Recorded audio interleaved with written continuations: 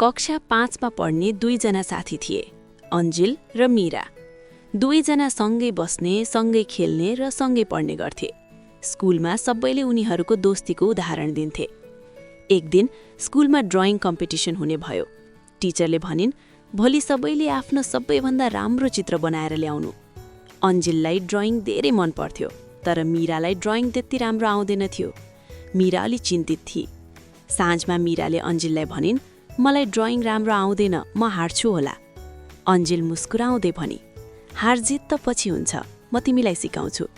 त्यसपछि दुवैजना सँगै बसेर ड्रइङ प्र्याक्टिस गर्न थाले। अर्को दिन कम्पिटिसन सुरु भयो। सबैले आफ्नो ड्रइङ बनाए। रिजल्ट आउने बेला सबै उत्साहित थिए। टिचरले भनिन्, आजको विनर मीरा। मीरा छक्क परिन्।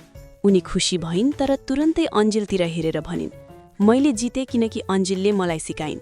यो जित हाम्रो दुवैको हो।